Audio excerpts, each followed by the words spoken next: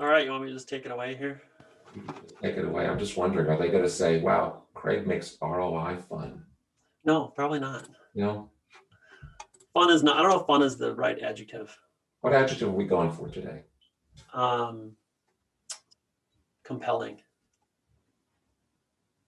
Okay. Okay. I cheated because that's part of my presentation. But All right, fair enough. so as I mentioned to Joe, for everyone, I just have a handful of slides and then we can just sort of open it up. And I know this is informal. I like that it's informal, so please interrupt me as we go here. So yeah, I'm going to talk about ROI and value assessments. I group them together because in my experience, a lot of times when people are talking about ROI, they actually mean value. And when they talk about value, they actually mean ROI. So whenever I talk to groups, it's usually a conversation of both of these things. So my background, I have degrees in statistics and health economics. I spent many years as a health services researcher, basically, large claims database analyses, peer-reviewed, medical journal papers, conferences, grants, stuff like that. And then when I went off on my own, the ROI piece and the value piece came up a lot. There was a lot of confusion out there. There were a lot of situations where people would say, hey, my funder or CMS has asked me to do this, but they haven't given me any details about what they want or why they want it or how to do it. So how do I do this? So that's sort of where this started. I wrote a book that basically is a compilation of those experiences. Springer released it last summer. And although was specifically written in sort of a quality improvement vantage point, the concepts are applicable to any healthcare solution, whether it's a device or whether it's a change in a process or policy or guideline, practice guidelines, things like that. So the idea is that it just provides some general guidance for non-analytic types who are in healthcare and need to do this. Just to give you an indication of mom's level of interest, she just put herself on pause. She was like, okay, the fun part is over. That's fair. It's That's okay, fair. mom. Mom, I love you. You can go. Say hi to Carolyn. Bye, sweetheart. Your content has no appeal to the 90-year-old crowd. That's fair.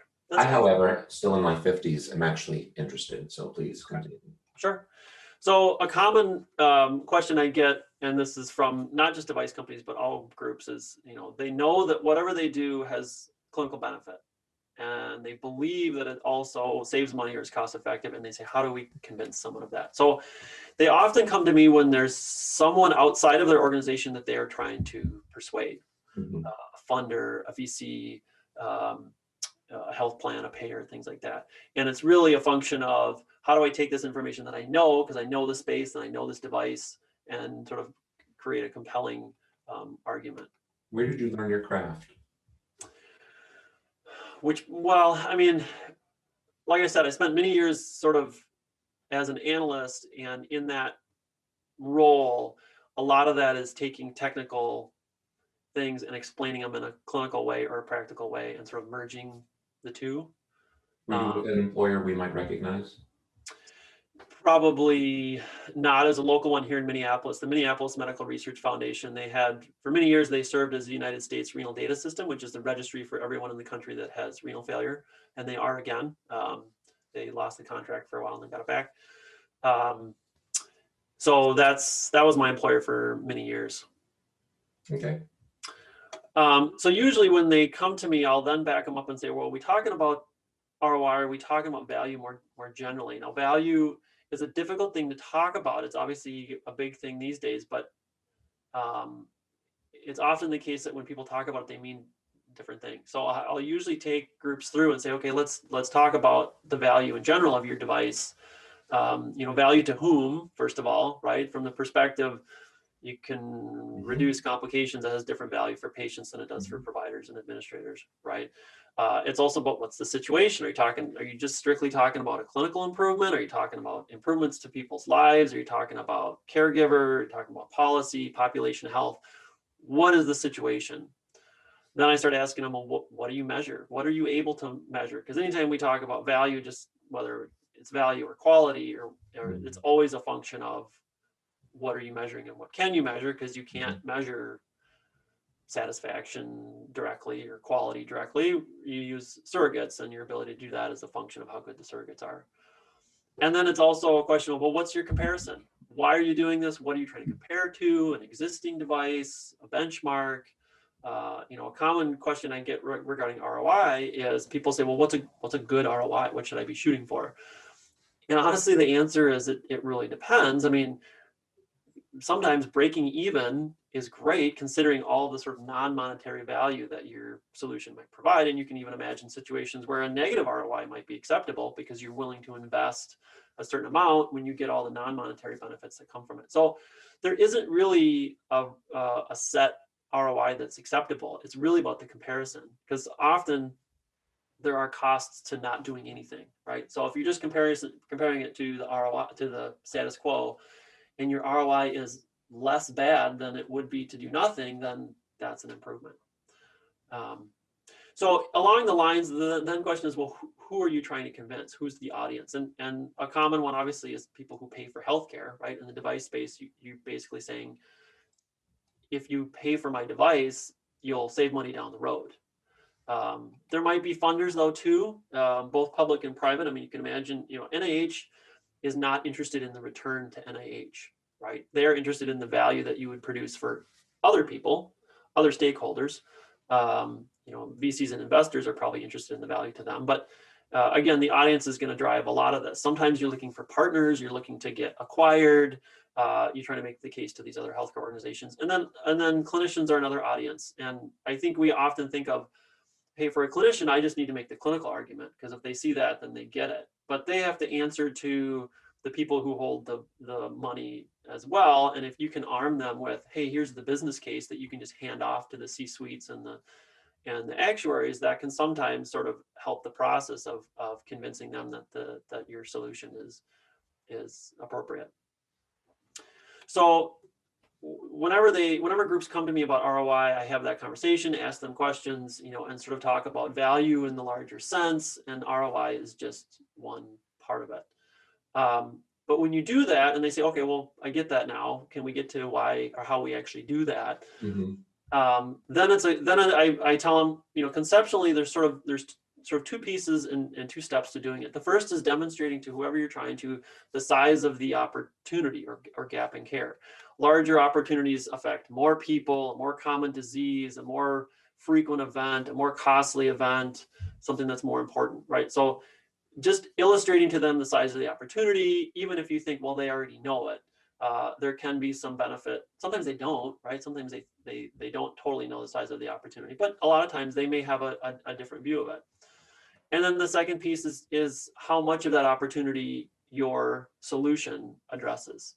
So if it's a device, is it applicable to everybody with that condition or just some of them? Is it applicable in every situation or just some of the time? Does it completely reduce the risk of some adverse event or just partially? And so just conceptually, if you're able to sort of do those two steps, a lot of times that is the full story of how to sort of demonstrate the value. So sizing the opportunity is where I think a lot of the science and research comes into play. What does the previous research say? What's known?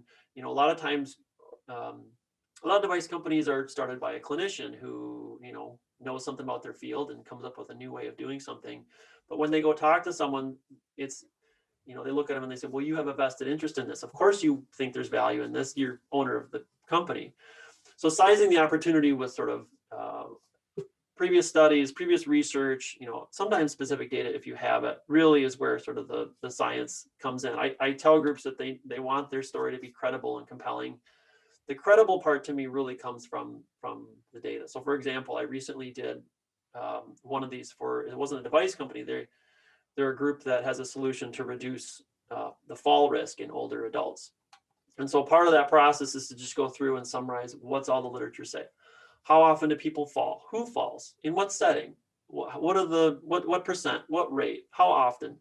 And then also, what does it cost when someone falls in the hospital? How often do they go to the emergency room? How much does that cost? And so putting together sort of that full picture of here's the size of the opportunity, here's why this matters is really that first piece of it. The second piece of it in terms of Oh, go ahead. If you go back a slide, so while you're sharing all of this, I'm thinking while you're sharing this prelude to the work, they're thinking, yeah, Craig, I get it. That's interesting. And I just really just want you to give me a number so that I can go to the value analysis committee and say, this is, you have to have a clinical, you have to have an operational and financial. The clinicians love this thing. Operationally, it's not going to be that hard to switch people around and help them understand the new workflow. You just need to show them you're not going to lose money. You're going to make some money. Can you just do that? And you're like, okay, did you listen to anything I just said? Because it's not simple. But I look at all of this and I'm like, wow, this is more than I've ever seen anyone pull together. And I'm still confused. There's numbers all over the place. It's from as low as 20%, 10% here to as high as I'm just glancing 50%, and the numbers are this, it could be this, it could be that. And ultimately, They don't care. say whatever you want them to say. You're a statistician. You know the statistics, Right, so tell you any story you want. Right. So the idea is that it's rooted in data and information and research. But what you actually present, you don't just throw this up there and say, see. So the idea is that you write this compelling story, right? Sometimes you come up with avatars of individuals and you explain it that way. I'm thinking of situations where health plans are saying, is this really a problem? Like, we haven't really looked at this. I don't really know that this is a problem. And they say, can you convince us that we should actually care about this, right? This is sort of the first step. It goes back to the old sales idea of you can't sell something to someone if they don't know they have a problem and they're not motivated to change it. So you educate the uninformed, and then you motivate the informed. And then once they're informed and motivated, then you can say, well, here, I have a solution to that. So this is that first part. If they don't know, or they're not certain, or they say, I don't think it's that big a deal. Where falls to me was a good example, because they fall, I don't know, they bruise themselves, they get up. It doesn't really, I don't really care. You really care. I mean, they care, but from a payer standpoint, they're like, it's not really going to move the needle. But then when you say 25 to 50% of all adults fall, of those, 20% end up in the hospital, 5% of them end up, different places, and it can cost $20,000 to $30,000 a year. All of a sudden their ears perk up and go, oh, okay, I didn't realize that was a problem. And that's different than a clinician coming in and saying, I work in this space and I just know that this matters. And I know that this, that this is a big problem in the patients I see. It has a little more weight to it and a little more credibility to it. Rick, come off mute. I thought this might end up being a little dry, but it's kind of exciting. And what I was wondering is, we all had high hopes for you, Craig. yeah. My mother hung up on you on slide 2, and Rick's like, I thought this was going to suck, but actually, please continue, Rick. No, if I was 90, perhaps not. But I've got a couple more years. Anyway, do you have some best practices for narrative strategies?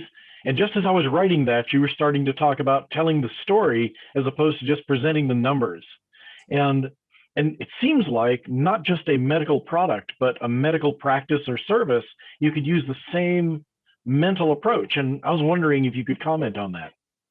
Yeah, great question. And I cover this a little bit in my book, and there are a couple ways to do it. And one of them is sort of the idealist, to come from it and say, imagine a world where people don't fall. And here's all the things that would mean. People don't have, hip fractures would be decreased by 90%. Head injuries would decrease by 4%. People would stay in their homes longer for, and save all this type of money. So there's that approach. There's the very specific, avatar kind of example.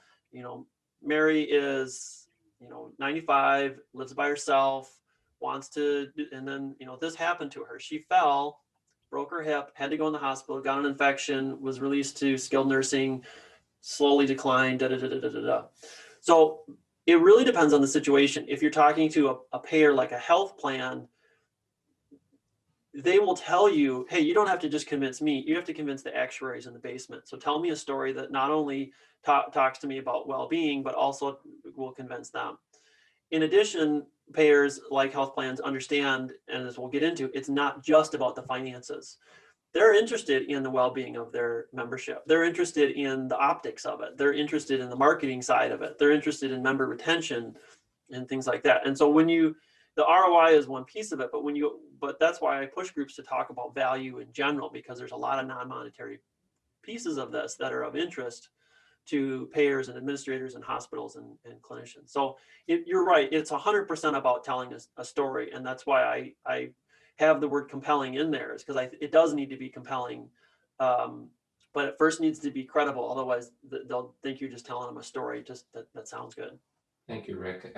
Craig, this example with Falls, is there a product that you worked on? Was this a real example that you did with a client? A real example, a non-device example. This is an organization that provides adult education programs, and one of the programs is How Not to Fall. And there's a variety of programs that have been validated out there. And so part of this too was to not only say, here's what happens, or here's how often people fall, but here are all the programs that have been done, and here in the past, here's the effectiveness that they've had. Who would be the payer for this program? They were pitching to a health plan. They were pitching to a health plan to say, They go into United Healthcare and said, let us. They said, reimburse these classes.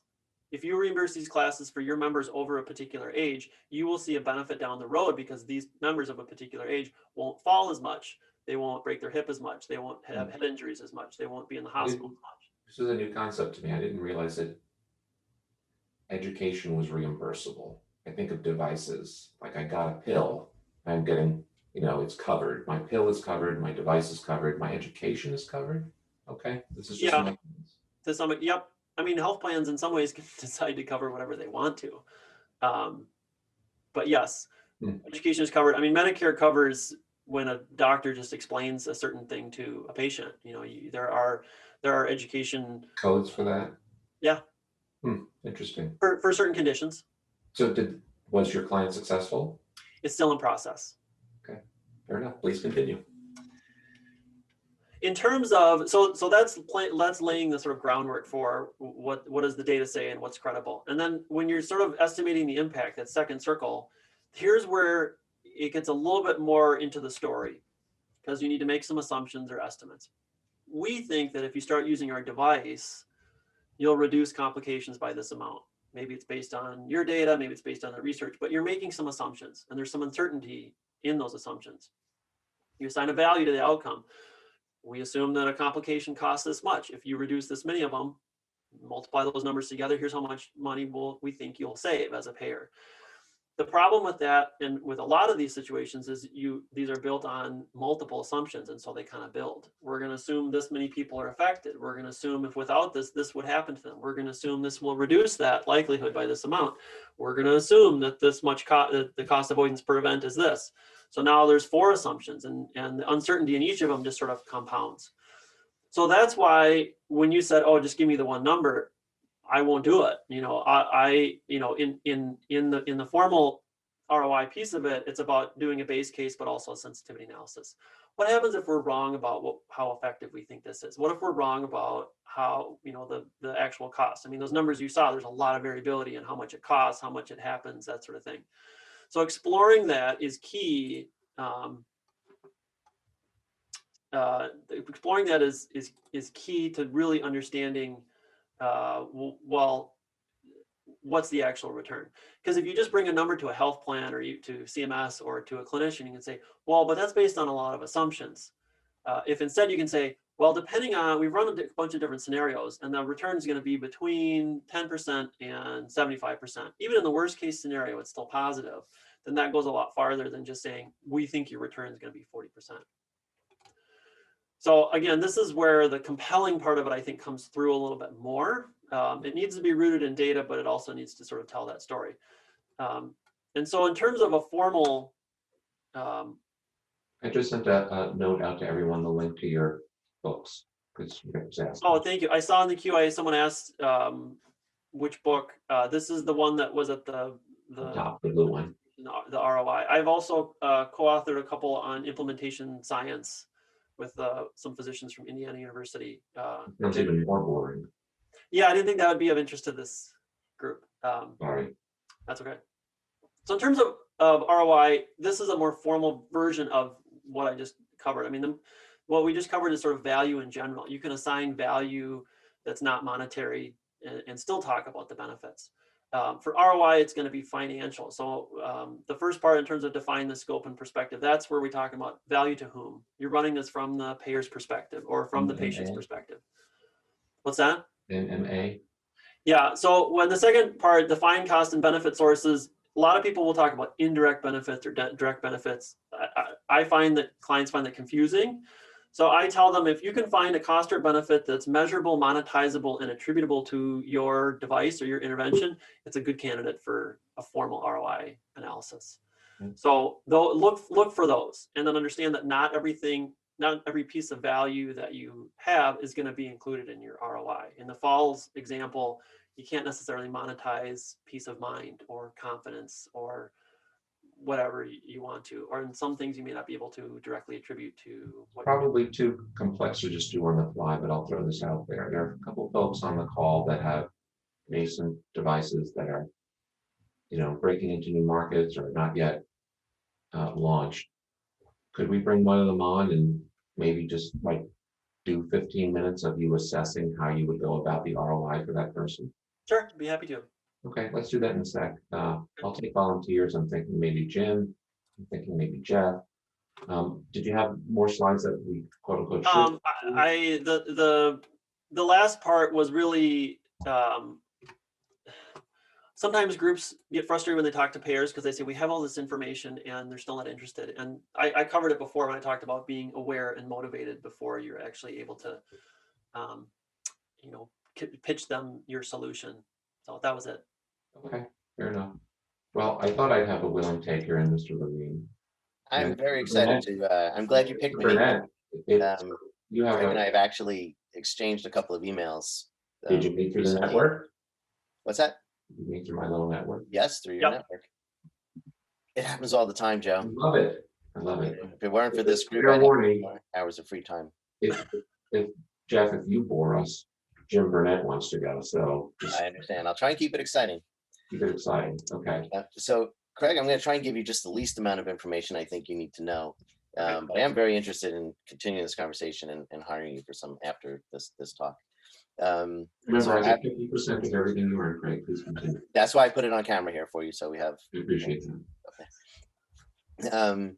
I have a device that I think is going to improve surgical navigation systems and therefore create better outcomes and more efficient procedures in spine and open craniotomy cases.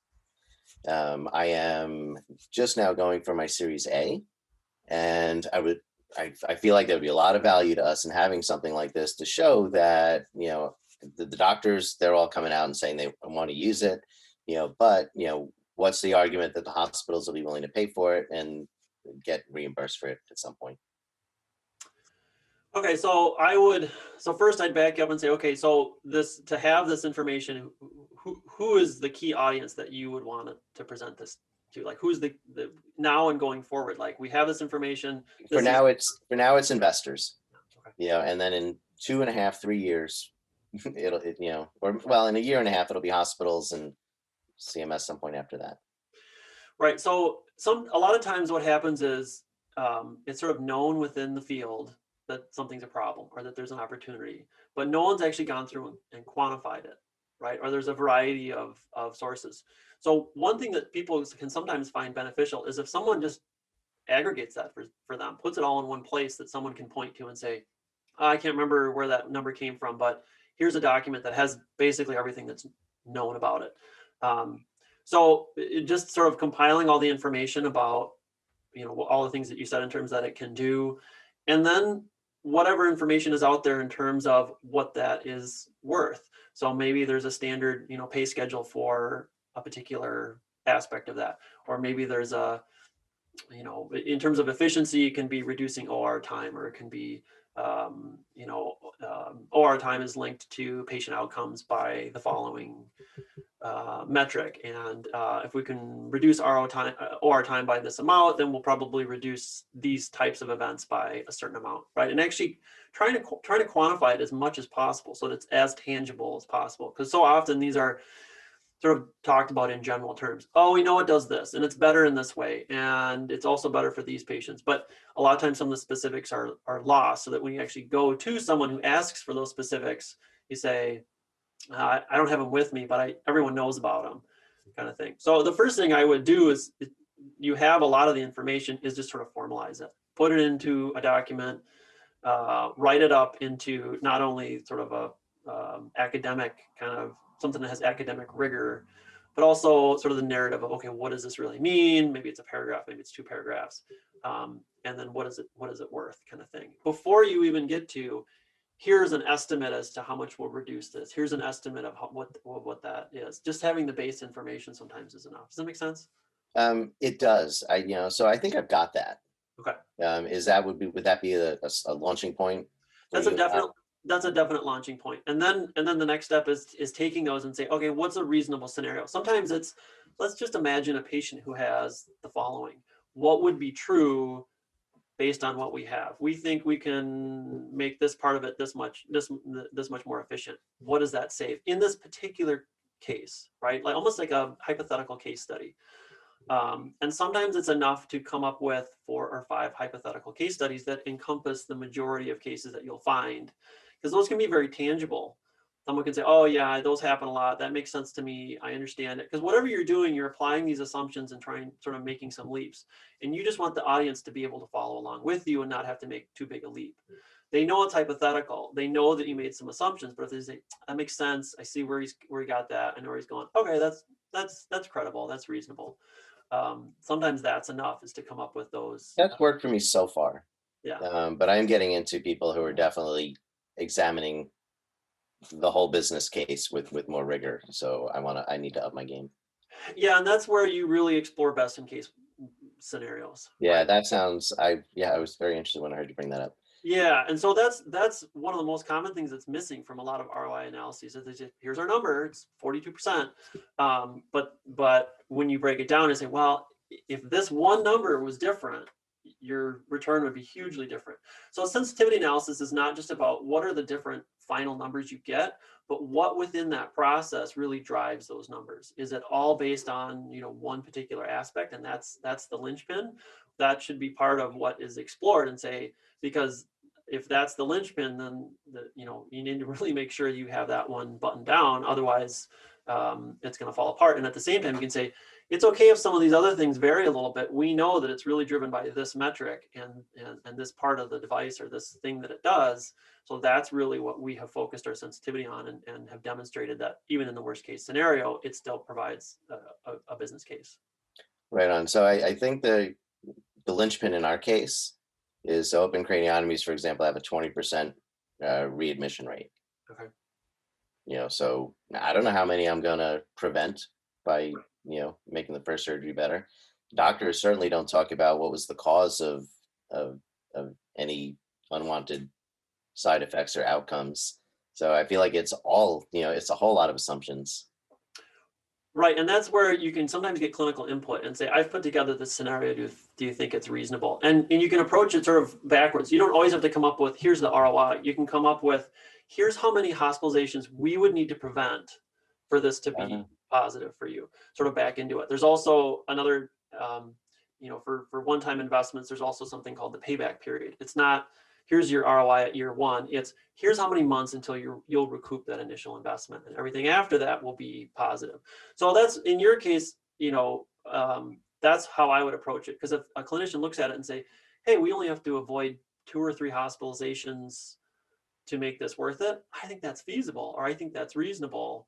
And again, you can get clinician feedback on that, but that might be enough of a business case. Because ultimately, as Joe said, they're not necessarily interested in what that number is. They want to know it's not negative. They want to know that it's not a huge problem, but putting it in terms that they relate to can go a long way. I invited my friend Elizabeth on, even though she's not yet a member, but she will be, because she's an angel investor. And I'd like to hear your perspective both on what Craig said, and also like to ask you publicly if you would just give Jeff some money, because he needs it. So thanks for asking me on. Craig, I really appreciate your talk, because this return on investment is very complex. I'm a physical therapist, so I can't tell you how many times I tried to advocate for an education program to stop falls. So seeing your summary of the literature was familiar and also helpful. It was interesting, Jeff, when you were talking about going after money and hiring Craig to help you synthesize what your return will be super, because that's what investors are looking for. You commented that you were going to go to CMS later down the road in a year and a half or something like that. Craig, can you talk about how you, on your website, you do a lot of how to convince people to buy services. Can you describe at what point you should be going after insurance providers and telling them about your service that you're offering and arranging some early understanding of the CMS codes? Yeah, well, okay, so I think of private payers separately from CMS, and the CMS regulatory process is sort of beyond the services that I certainly offer. A lot of times organizations, when they talk to private payers, it varies quite a bit, because some of them have a relationship, right? Some of them say, I've been talking to them for years about this and they keep telling me I have to go back and do this or do that, or they're interested in this one piece but not this other piece. Really, it's about that relationship, because for some, there are individuals at payers who say, yes, we want to do this, but you got to give us more. I got to convince the actuaries, and so you need to give us more. There are others who say, I don't think that's a problem, and we haven't really seen it, and our members are different. Our data says this. And then you say, can we look at your data and do this in your data? And they say, no. Okay. So it's situation dependent. But I do honestly believe what I said before, which is sometimes just educating them if they're not aware. So just the first part of it, here's a summary of all the information on falls. Did you even know that it was this common? Did you even know that it was this expensive? If that gets them to say, oh, maybe we should look at this in our own data, then that's the first step, and that's enough. And then if they say, well, I don't know what we could do about it, or they're just fitness programs, let's just do that. That's when you say, well, no, there's more to it. There's medication reconciliation. There's issues of balance. There's issues of, people who are afraid of falling will actually reduce their physical activity because of it. And then you have other things that come into it. So I think it's not a one-time thing. I think it's an ongoing conversation until you get to the point where they say, okay, we agree, this is a problem, and we're motivated to make a solution. Now sell me on why your solution is better than some other solution, like giving them a gym membership or something like that. Yeah. And Jeff, your device, I think it's a device, isn't it? It is. Yeah. Yep. You'll be doing the same, convincing why your device is going to be better than somebody else's device. I'm convincing why adding our device into the technology that already exists in the operating room would make them all perform better. Mm. So we're an optical scanner, image guided systems. They've got eyes that they use, and our system is 2 orders of magnitude more precise, which in some things don't matter, but in brain surgery or spine, for example, it's a sub-millimeter gain. Mm. Thank you. Thank you for asking that question, by the way, Elizabeth. I should have thought that. I'm going to ask Jim to join us, not because you failed, Jeff, but because he. Craig, I'll be following up with you. Sounds great. Thanks. Thanks, Me Jeff. too. Thank you, Elizabeth. Thank you, Jeff. Jim, unmute yourself. Oh, thanks. Yeah, this is interesting because what we do, we sell subassemblies that get integrated into our customers' equipment. So the discussion isn't at the business level, but it's at the product benefit level for the medical device companies that we sell to. And we often don't, we know the problems that they're faced, but we don't always know the specific ones when we go into the conversation. So how do we draw out, I imagine there's techniques here to draw out and identify, or get the customer to identify where their pain points are, as it were, or where they could receive a benefit. Or is there a way to use these approaches to extract that and then to point out what we can do with our products?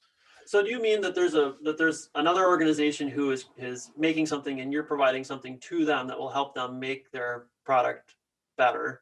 Correct. Yes. But you don't really know, when they're looking to do better, you don't really know what they mean. I have a list, and I can make some guesses going in about what the advantages might be, but an advantage for one, another might not care so much at the beginning of the conversation. It depends on what their drivers are. Yeah, and why do you think they don't tell you? Do you think they just don't want to demonstrate to you the value that your component would provide? Well, it's more on the front end of the conversation when we're gaining entry in the initial conversations. How do we talk about ROI at the front end? And I've got some stories in my hip pocket where we've helped others in similar situations. But getting the customer to see it from an ROI standpoint, I can see an enormous advantage to that.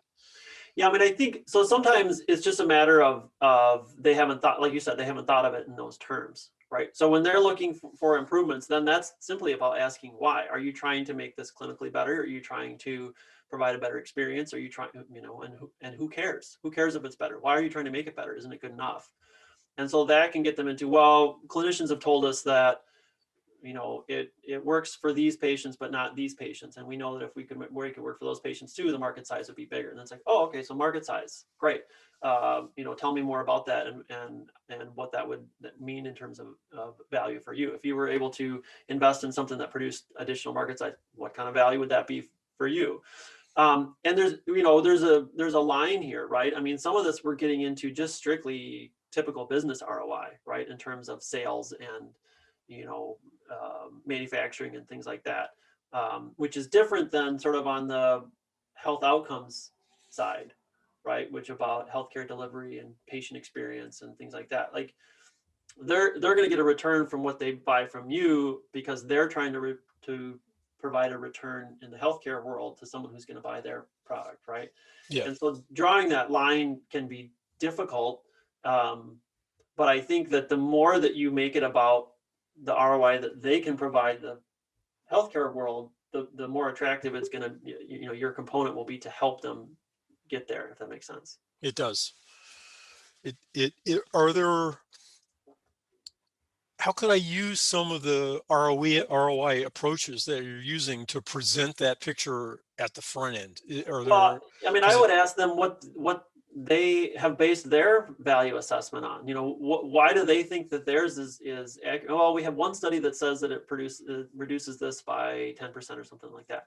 That'll tell you how much they've actually looked into it and how much they're just sort of relying on their chief medical officer or a clinician advisor to say, this is a problem in my patients and I think you should do this. And as soon as you potentially point out to them, oh, hey, there's more information out there, there's a potential bigger market, there's others who have this issue, all of a sudden they say, oh, the return is actually way bigger than we thought it was. So this is that much more important. If you can do some of it for them, that they should really be doing themselves, then that can help motivate why they want to get to that point. Yes, in a couple of cases, we make really small cooling systems. And we're displacing some previous technology and opening up space in new markets.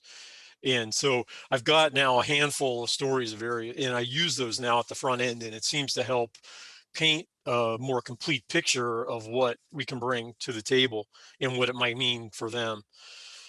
Okay. Yeah. So Interesting. Yeah, thanks. Joanne asks Craig, if you could provide, and I suspect it's not so straightforward, the ROI formula, what calculation you use, or talk about different ones. How do you go about thinking about the formula? Yeah, one thing I can do, I have at least one article, if free article, if not more, on like LinkedIn. I can send a link that can be shared because there's multiple metrics to use. And she has a good question because you say ROI and ROI means different things to different people. I think of it in the traditional terms of like you go to a bank. So it's basically the difference between before and after divided by before times 100%. So the return at a bank is 2%. Mm-hmm. Other people will calculate ROI to that same example and say, oh, the ROI is 1.02. And if you walked into a bank, you'd say, well, what the heck does that mean? They're probably just doing a ratio of benefits divided by costs, which is another metric you can use, but it isn't ROI, but some people call it ROI. It's confusing. I'm going to go with, you can tell lots of different stories with numbers, and that's why you become a statistician. Well, yeah, the struggle is if you use the ratio, you break even when that ratio is equal to 1 because the numerator and denominator are the same. And then when you talk about negative, you can be less than 1 but not negative, so it muddies the water. So I know I have an article that explains it, because there's also things like savings per patient, payback period, some of these other metrics that I encourage people to use more than just one, and again tell that full story. So if I sent that to you, would you be able to share it with the group, or I could put it on Slack? You can put it in our weekly call in the premium. Okay. That channel. I recognize a few names on here. For example, Brittany, Eddie, Elizabeth, Friedman. I think there was one more. Making things. Would any of you like to? Oh, Maya, if you want to. Would any of you like to raise your hand and come on and have Craig talk to you a little bit about the ROI of what you're working on? And while we wait, Or separately too, I'm happy to chat with people. I know, but it's more fun to watch you score. How do people typically find you? You're going to say word of mouth, but what other things do you have you found, or have you found writing a book to be a source of? I think it would have been more of a source if it hadn't come out in June of 2020. I haven't gone to any conferences or given any sort of talks in front of people, obviously. You yourself as a speaker, do you do the conference circuit? And are you? I have spoken at conferences, but I'm certainly not on a circuit. I have tried many years to be part of the CMS quality conference and have failed and have sort of given up on that.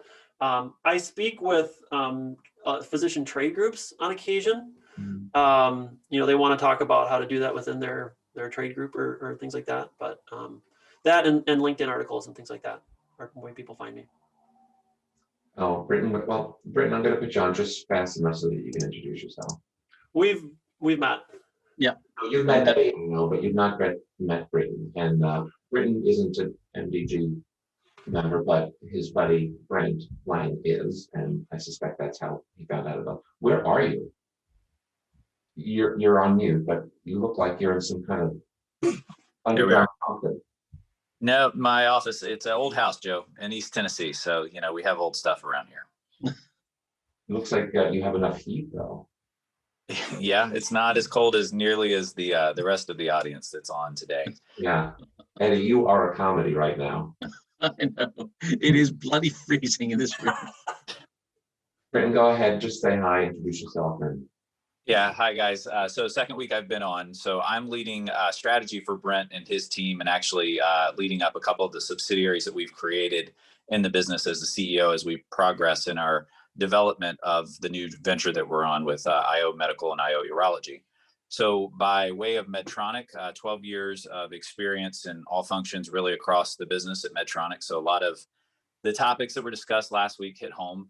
I actually sat on the other side of the table when Brent did his first deal at Medtronic, actually brought that product into Medtronic and then stayed on and led the market development as we commercialized that product in some creative markets, one of those being the senior health population. So we actually used the value proposition of reducing falls, so pertinent to today's discussion.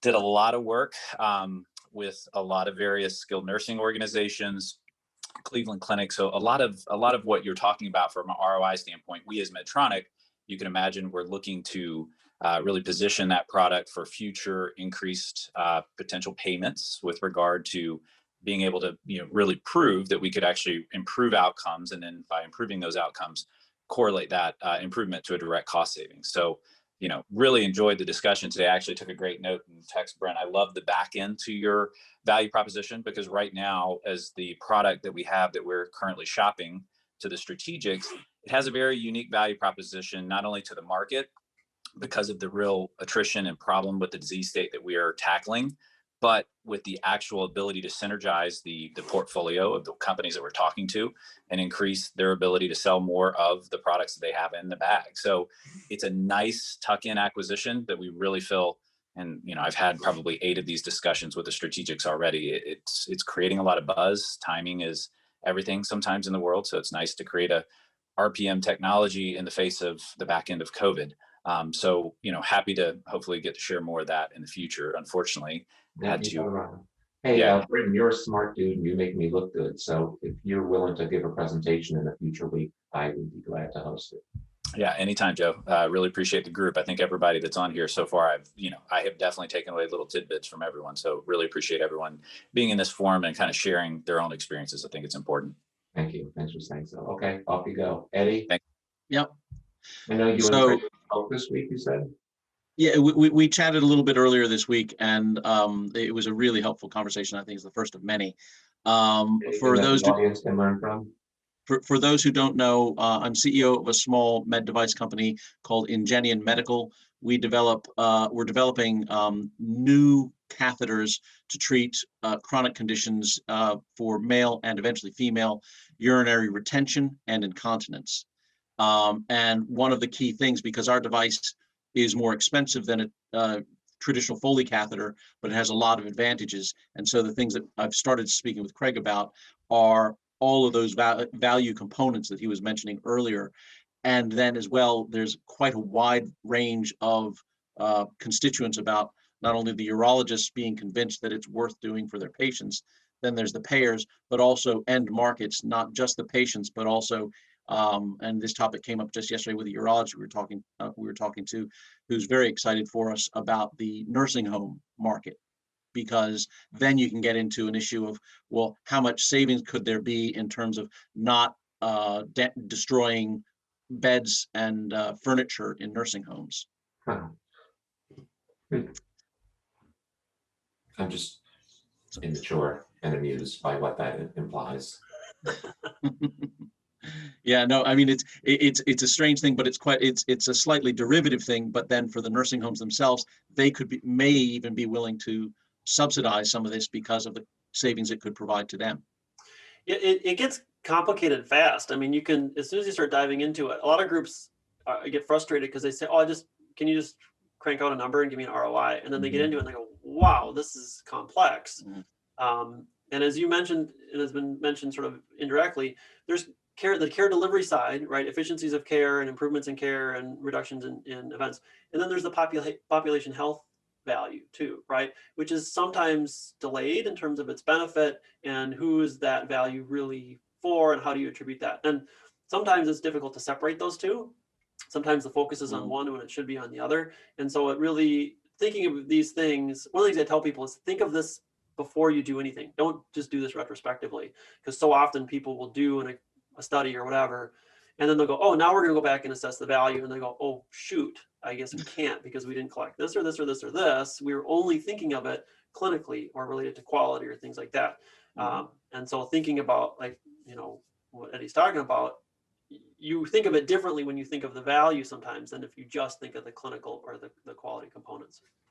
Yeah, and to the thing that you were mentioning earlier, all around falls, with respect to if people don't have control of their urinary function, they will be more reluctant to go out. They'll become more homebound. They'll become less mobile. There will be all kinds of other effects that can happen. And if you give them the ability to have confidence in their, independence, then arguably they can be, healthier, fitter, and so on. Yep, for sure. Eddie, I took a screenshot of just you just now, and if you like, I could post it on LinkedIn, and maybe we could link to some kind of fund me campaign. For a small space heater for my son. For your son, yeah. I know, you're a startup and things are a bit lean right now, but I think if we work together as a group, we could all pitch in a few. I would be willing to throw in a few quid. Fantastic. See that? I know. I don't know what that means, Rick. Rick writes, "Save Nanook of the North." Oh, do you not remember Nanook of the North? Is that a Game of Thrones thing? No. When we were all kids, it was a movie, an educational movie, that they showed us every single year for about 7 years. No. You don't know? Craig, you got it? Yep, I know Yeah, exactly. there's a little, I can picture him climbing out of that canoe. What was the lesson to be learned? I think it was just, this happens in the world. I don't know. It was not effective. Not for you. I repeat viewings. Exactly. Okay, well, we're going to close on that. But high name recognition. Yeah. Just Rick, bring us home, Rick. What is Nanook of the North? What did you learn about how Eskimos live? Jim knows this. I have no clue, but I lived in Minneapolis for a lot of years. So That's probably where I got it when I was growing up as a little kid. But you also remember nothing. Nothing at all. Maybe it saved my life. Maybe it's such deeply embedded knowledge that that it just stayed with me in some intangible way. Who knows? Jim, unmute yourself and bring us home and tell us what Nanook of the North is all about. To be honest, I You never also don't actually, remember. saw the videos, but I remember them from a Frank Zappa song. He mentioned Nanook of the This is North. great. We're all men of a certain age, and most of us know this reference, and I am going to have to Google it as soon as we get You home. can Google it. It's a documentary and it has its own Wikipedia page. So that means it's something. Okay. Well, I think we all have homework. Craig, solid. It's obvious what I'm going to say, but that was it was a solid presentation. Very much. Solid as a rock. It's a bit of a tautology for solid to give a solid presentation. Well, thanks for the opportunity. And yeah, anyone who wants to talk further, you can tell I like talking about it. So reach out. Have you tried to license that song for your website? No, it's too expensive. I haven't. As I've said before, I should own a steel company or something, but I'm in healthcare. So what are you gonna do? I'm closing out, but quickly I'm putting Elizabeth on so she can talk to Eddie because she wants to know how your product compares to VestaFlow, and presumably because she wants to give you a lot of money. I don't care, Eddie. Oh, so really interesting. So la la la la la. You guys talk offline, okay? All right. All right, fair enough. Next week, my friend Ian Farty is going to speak about distributing devices throughout the US. And this is a question I get a lot, and I love this guy. I have a funny story about him that I will invariably tell, despite the fact that it embarrasses everyone who listens to it. So I'll just leave you to imagine what that can be. Oh God. We've got a whole week to wait. I know. This is the cliffhanger. This is how I bring people back week after week. So for Joe Hage and Joe Hage Enterprises, this is Joe Hage and Craig Solid saying, thanks, have a great week, and we'll see you next week. Thank you. Thanks to you. Thanks. All right.